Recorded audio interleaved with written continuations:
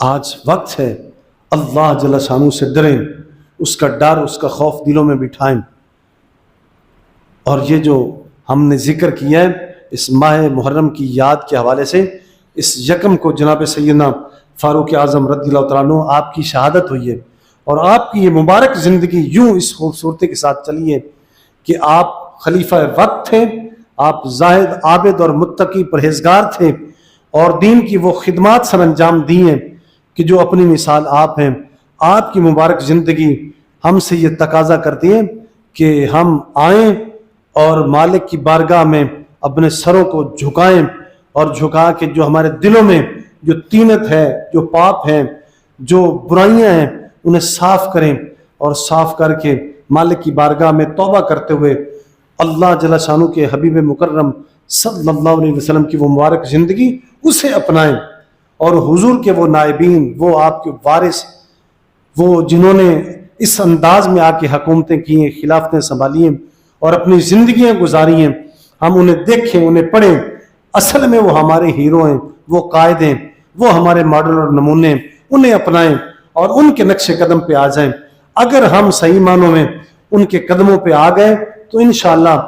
دنیا کی کوئی طاقت، یہود و نصارہ کی کوئی لابی ہمیں نقصان نہیں دے سکتی۔ اور اگر اس طرف نہ آ سکے تو یاد رکھنا، جیسے باری باری ہم دوسروں کا انجام دیکھ رہے ہیں، وہی ایک دن ہوگا، وہ اجتماعی صورت میں بھی وہی نقصان ہوگا، انفرادی صورت میں بھی وہی نقصان ہوگا۔ اجتماعی طور پہ جیسے ایک ملک تباہ ہوا ہے، ویسے ایک دن باری پاکستان کی بھی آئے گی۔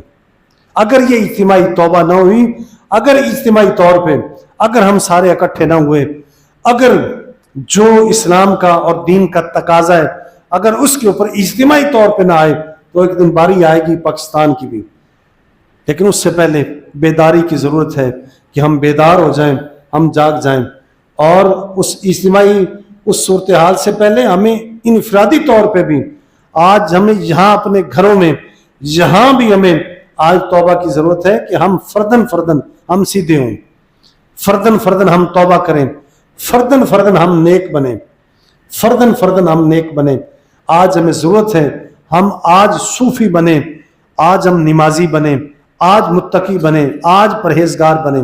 جس شعبے میں بھی میں آپ سارے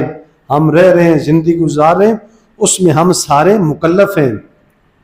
اپنے اپنے شعبے میں ہم سارے ذمہ دار ہیں۔ اپنی اپنی ذمہ داری کو نبھائیں، اپنی اپنی ذمہ داری کو اپنے جس علاقے میں، حلقے میں جہاں جو ہماری ذمہ داری، ان ذمہ داریوں کو پورا کریں۔ تو اللہ کریم ہم سب کو توبہ کی توفیق دے، اور دین اور اسلام پہ ہمیں ایمان پہ اللہ کریم استقامت دے۔ اللہ تعالیٰ یہ جو فتنے اور شرارے اٹھ رہے ہیں ہمیں ان سے محفوظ فرمائے، اور دین اسلام میں ہم سب کو اللہ کریم استقامت نصیب فرمائے۔ اللہ تعالیٰ ہم سب کو نیک بنائے، اللہ کریم ہم سب کو اپنے نیک بندوں کی صفوں میں شامل فرمائے، اور اللہ کریم ہم سب کو یہود و نصارہ اور جو کفار و مشرکین ہیں، اللہ کریم ان کے لابیوں سے اللہ تعالیٰ ہم سب کو محفوظ فرمائے۔ وآخر دعوانا ان الحمد للہ رب العالمین۔